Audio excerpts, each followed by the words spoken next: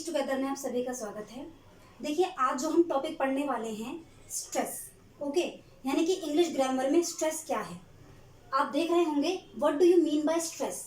देखिए, अगर आप स्ट्रेस को प्रॉपर तरीके से पढ़ना चाहें तो ये एक बहुत बड़ा आपको ग्रामर का टॉपिक मिलेगा, लेकिन अगर आप चाहें तो इसको बहुत छोटे तरीके से भी पढ़ सकते हैं। यहाँ मैं आपको कुछ इस तरीके से पढ़ाने की कोशिश करूँगी कि आपका एक छोटा तरीका तो कवर होगा ही, आप एक अच्छा आंसर बना पाएंगे। इसमें जब आपको ये आंसर लिखने को आएगा इन एग्ज़ाम तो इतना ज़्यादा आपको ये हाई लेवल पे नहीं पूछेगा, लेकिन मैं आपसे ये पर्सनली तौर से कहना चाहूँगी कि आपको ये टॉपिक उठाना चाहिए, पढ़ना चाहिए, ठीक है। क्योंकि अगर आपने इसको अच्छे से पढ़ लिया और जान लिया तो आप इंग्लिश के एक बहुत अच्छे वक्ता हो जाएंगे, एक बहुत अच्छे स्पीकर हो जाएंगे, ठीक है। आप बड़े सुंदर तरीके से इंग्लिश को बोल पाएंगे, like British English, European English, जैसा कि आपने देखा है अमेरिकन इंग्लिश। आप देखते हो ना कि उनके बोलने का जो टोन होता है वो कुछ डिफरेंट होता है और हमारा कुछ और, क्योंकि असली बात यही है, रियलिटी यही है कि हम सही से बोलते ही नहीं हैं, ठीक है। और इसके पीछे कारण क्या है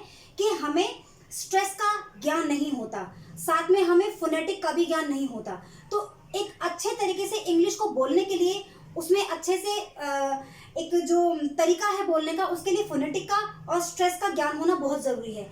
तो चलिए स्टार्ट करते हैं कि ये क्या है, जानने की कोशिश करते हैं। आप ऐसा करिए, पहले आप इसका ना ये स्क्रीनशॉट ले लीजिए, ठीक है, क्योंकि ये इनफ है। अगर आपका क्वेश्चन आता है इतना जानने के लिए ये इनफ रहेगा, ठीक है। आप इसको पहले इसका स्क्रीनशॉट लीजिए, ठीक है, इस तरीके से, okay. Now look here, stress question पढ़िए, what do you mean by stress and what is the importance of stress, okay. यानी कि स्ट्रेस का मतलब क्या है, आप स्ट्रेस से क्या समझते हैं। आंसर देखिए, stress has been defined as the degree of force with which a sound or a word uttered. यहां तक इसका मतलब क्या हुआ कि जो स्ट्रेस को हम कैसे डिफाइन करेंगे, स्ट्रेस एक प्रकार से इंग्लिश वर्ड पर लगने वाला दबाव है कि आप कितनी डिग्री से इंग्लिश के वर्ड्स पर दबाव डालेंगे, ठीक है। आगे क्या है, अटर्ड, यानी कि जब आप उसको बोल रहे हैं, किसी भी आप इंग्लिश वर्ड को जब बोल रहे हैं तो वहां पर किस प्रकार से कितने अक्षरों पर दबाव पड़ेगा। जैसे कि देखिए एग्जांपल के तौर पर, अटर्ड यानी कि बोलना, एग्जांपल के तौर पर हम लेते हैं सिर्फ स्ट्रेस, ओके। हमने क्या लिया, स्ट्रेस।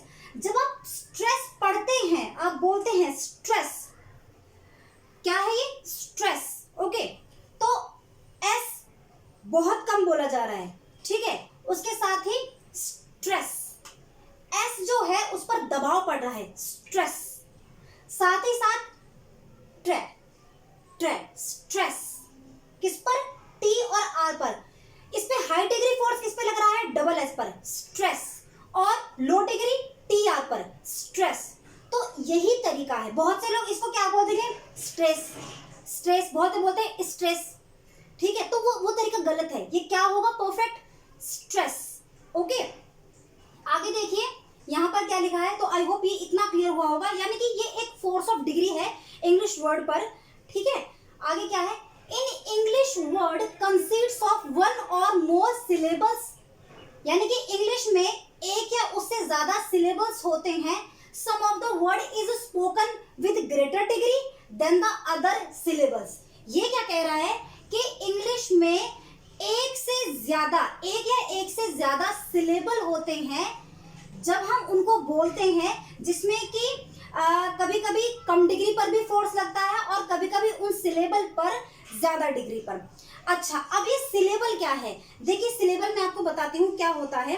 पहली बात तो ये है कि सिलेबल हम दो तरीके से जानेंगे। एक तो सिलेबल का मतलब है कि जब आप किसी वर्ड को बोल रहे हैं तो आप उसको कितने टुकड़ों में विभाजित कर सकते हैं, कितने टुकड़ों में आप उसको बांट सकते हैं। तो जैसे कि जब हमने बोला स्ट्रेस, तो देखिए क्या हुआ, स्ट्रेस, दो बार स्ट्रेस। या फिर अगर आप बोलते हैं कॉम्बिनेशन, तो देखिए कॉम्बिनेशन, देखिए कॉम्बिनेशन,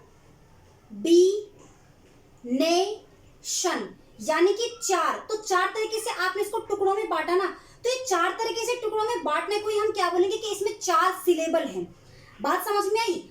आगे देखिए, अब इसका जो एक ये लगा लीजिए कि इंग्लिश में जो इसका एक साइंटिफिक मेथड है जिसको हम बोल सकते हैं कि हाँ भाई ये एक लॉजिक है इसमें। तो वो लॉजिक क्या है, आपके ये भी बोल देंगे number of sound in any, number of vowel sound in any word. फिर से सुनिए, number of vowel in any word is called syllable. Okay, is called syllable. तो देखिए अगर मैं बात करती हूं किसकी, बिटवीन की, देखिए बिटवीन, बिटवीन, ठीक है। आपके ये आपके वोवल कितने होते हैं, ए आई ओ यू ई, यानी कि आपके ये 5 वोवल हैं। तो जब मैं बात करती हूँ बिटवीन की तो बी, बी यानी कि एक तो आया ई, बी, बिटवीन। तो दूसरा फिर क्या आया, फिर से ई, बिटवीन, बिटवीन, यानी कि 2 बार इसमें ई आप देख रहे हैं ना साउंड कर रहा है। तो इसमें आप देख रहे हैं ई है, यानी कि अब हम इसको क्या बोलेंगे, इसको हम बोलेंगे इसमें कितने सिलेबल है, इसमें 2 सिलेबल है। अब आप यहाँ पर इस चीज को लेकर कंफ्यूज मत होना कि यहाँ पर डबल ई है। जब एक साथ कोई भी वोवल एक साथ आ जाता है तो हम उसको एक करके ही पढ़ते हैं, लेकिन यहाँ पर बिट, बिट ई, बिट विन, तो यहाँ पर ये अलग अलग है ना, यहाँ पर ये बी के बाद है और यहाँ पर डब्ल्यू के बाद है। अब यहीं से हम देखिए आपको समझ आया होगा कि यहाँ पर ये, मैं और भी अभी आपको इसका एग्जांपल बताऊंगी। थोड़ा अब यहाँ से स्ट्रेस को भी समझिए। जब मैंने बोला बिट वीन, बिट वीन, तो स्ट्रेस कहाँ पर लग रहा है, वीन। तो स्ट्रेस कितनी जगह लगा, एक बार स्ट्रेस लगा इस पर। और अगर बात करें हम इसकी सिलेबल की तो सिलेबल 2 हैं। ऐसे बिटवीन नहीं होता, बिटवीन नहीं होता, क्या होता है, बिटवीन। ओके, अच्छा अब उसी तरीके से अगर मैं बात करूं और इसको थोड़ा समझ लेते हैं, ये वोवल के तरीके से अगर मैं बात करती हूं, देखिए एप्पल, अब बहुत से इसको एप्पल बोलते हैं, एप्पल क्या बोलते हैं, एप्पल नहीं, एप्पल क्या होता है, ये एप्पल, ठीक है। तो यहां पर आप देखिए एप्पल, यहां पर आप देख सकते हैं इधर जो स्ट्रेस है वो ए पर है, ए, एप्पल।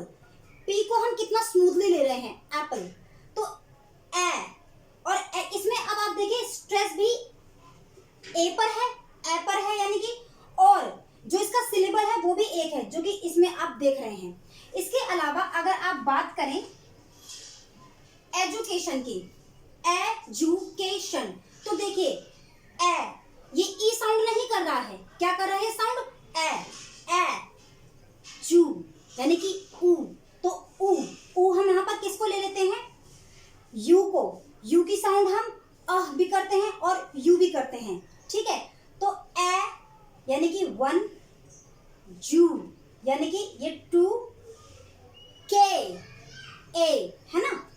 तो कितना हुआ यहाँ पर, फिर एक को यहाँ पर तीसरा शन, शन, जब आप शन बोल रहे हैं तो कैसे बनेगा, शन, श अ न, इसको तोड़ेंगे तो ऐसे बनेगा ना, शन, यानी कि इसमें क्या आ रहा है, देखिए इसकी साउंड आ रही है अ, तो वो कितना हो गया यहाँ पर भी, या तो यू लग जाएगा या ए लग जाएगा। वैसे जनरली हम ए को यहाँ पर ए करके प्रोनाउंस करते हैं, लेकिन आपको भी पता है जब हम बोलते हैं एम में तो ए करके लगता है वो, ठीक है।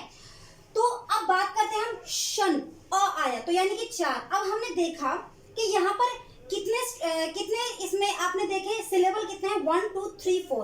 और अगर बात करते हैं हम इसमें स्ट्रेस की, तो स्ट्रेस कितनी जगह लग रहा है, ए, जू, के, शन। तो स्ट्रेस कितनी जगह पर लगा, स्ट्रेस यहाँ पर लगा TION पर, जो कि क्या बनता है मिलकर, शन, एजुकेशन। इसको स्मूथली बोलिए, एजुकेशन, ठीक है ना, एजुकेशन। तो यहाँ पर जो शन था उस पर स्ट्रेस लगा, तो यहाँ हमने क्या देखा कि यहाँ पर सिलेबल जो कि साउंड ऑफ वोवल थी वो कितनी थी, 4, जबकि यहाँ पर जो स्ट्रेस था वो क्या था, 1।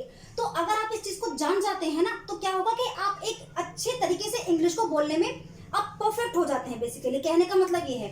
तो अब बात चलती है कि what is the importance of stress in English. देखिए अगर आप सही तरीके से स्ट्रेस नहीं लगाएंगे तो होगा क्या कि उसका अर्थ बदल जाएगा। मे बी ये हो सकता है कि आप जो नाउन है आप उसको वर्ब बना दें, वर्ब को प्रोनाउन बना दे, एडजेक्टिव बना दे, कुछ भी बना दे, क्योंकि होता क्या है कि जैसा आप देखते हैं ना इन इंग्लिश, वो लिखने में भले ही एक जैसा हो, लेकिन व्हेन यू स्पीक तो वो डिफरेंट हो जाएगा, और उसकी ध्वनि के साथ ही, उसके साउंड के साथ ही उसका मीनिंग भी चेंज हो जाएगा। ठीक है, तो देखिए, regarding the importance of stress, it has said that English spoken without stress sound to be flat. यानी कि अगर हम इम्पोर्टेंस स्ट्रेस के इम्पोर्टेंस की बात करें तो विदाउट स्ट्रेस के इंग्लिश क्या है, फ्लैट है। फ्लैट यहाँ पर क्या है कि मतलब बेकार है, कोई मतलब ही नहीं है। ठीक है, कुछ मतलब अर्थ निकल के ही नहीं आएगा। तो आगे क्या है, एंड डल इमेज, और उसकी इमेज क्या हो जाएगी, एकदम फीकी पड़ जाएगी। For example, contain, here is 2 syllable, contain, not contain, not contain, contain क्या है, कंटेन। तो यहाँ पर आपको कितने सिलेबल नजर आ रहे हैं, सिलेबल का मतलब कितने साउंड ऑफ वॉवल, तो ख, अ, खंड, खंड, टेन यानी कि एन, तो यहाँ पर 2 सिलेबल आपको नजर आ रहे हैं। But when we talk about stress, contain यानी कि टेन पर, तो एक स्ट्रेस यहाँ पर आपको नजर आ रहा है। ठीक है, आई होप कि आप समझ रहे होंगे। तो आगे देखिए, उसी तरीके से लोनली, लोनली एक एडजेक्टिव है एज यू नो, लोनली, तो यहाँ पर लोनली, तो एडजेक्टिव लोन, लोन, तो ओ, लोन ली यानी कि ई, तो ओ और ई यहाँ पर आप देख सकते हैं, ओ और ई, तो यहाँ पर सिलेबल कितने हुआ, देयर आर 2 syllable। और जब बात करते हैं हम स्ट्रेस की, तो स्ट्रेस किस पर डाला है, स्मूथली बोलिए, लोनली, लोनली यानी कि एक बार स्ट्रेस, किस पर स्ट्रेस आ रहा है, एल वाई पर। Okay, here is L Y stress. ठीक है, ये बता रहा है कि यहाँ पर एल वाई पर स्ट्रेस है। आप साथ में यहाँ पर ऐड भी कर सकते हैं कि यहाँ पर 2 सिलेबल हैं। ठीक है, जो मैंने भी आपको बताया, ऐड कर लेना, कर ही लेना मेरे हिसाब से। तो आगे क्या है, एजुकेशन, हियर इज 4 syllable, जो कि मैं आपको बता चुकी हूँ already. Education, here is 4 syllable, the proper stress on the proper syllable change the meaning and form of the word. जो प्रॉपर, जब आप उस पर स्ट्रेस लगाएंगे, आप उसके सिलेबल को अच्छे से काउंट करके उसको पढ़ेंगे, क्योंकि देखो जितने भी आपके जो वो होते हैं ना कॉन्सोनेंट होते हैं, ठीक है, कॉन्सोनेंट, उनमें कहीं ना कहीं वोवल की साउंड होती है, तो आपको वोवल की साउंड प्रोनाउंस करनी पड़ती है, ताकि आप उसके अर्थ को, जो इंग्लिश का जो वर्ड है, उसको सही से आप उसको बोल सको और सुनने वाला उसको सही से समझ भी सके। ठीक है, तो यही बोल रहा है कि अगर आप उस पर सही से स्ट्रेस नहीं लगाएंगे, उसके सिलेबल को सही से नहीं बोलेंगे, तो क्या होगा कि उसका अर्थ बदल जाएगा। तो देखिए, मैंने यहाँ पर एक एग्जाम्पल लिया है, कैसे बदलता है। For example, present is a noun, ये क्या है, नाउन। तो नाउन का मतलब, यहाँ पर नाउन क्या काम कर रहा है, गिफ्ट का।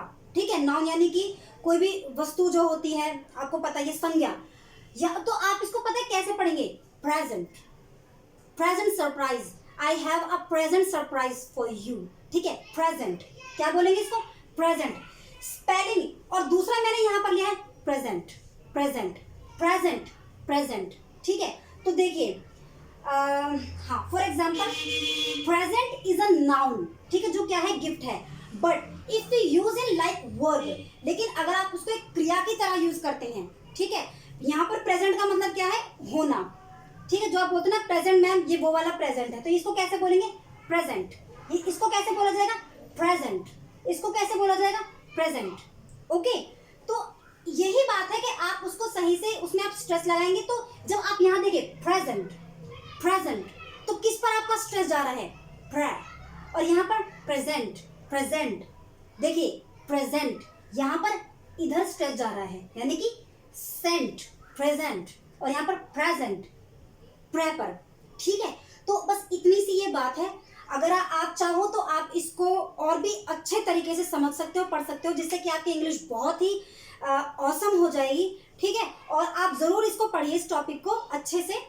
इतना तो मैंने आपको, आई थिंक सो, मैंने बता ही दिया कि आपका बेस तो बन ही गया होगा। ठीक है, और इसके रूल्स भी होते हैं कुछ, मतलब एक तरीके से रट्टाफिकेशन वाली बात होती है कि एडजेक्टिव जो होता है, उसमें जो पीछे के जो ये वर्ड होते हैं 2, उस पर स्ट्रेस लगा जाता है, या फिर उसमें 2 ये होंगे, क्या 2 सिलेबल होंगे, जैसा कि आपने देखा होगा। तो you can go and check in your book. तब तक के लिए thank you, goodbye and take care.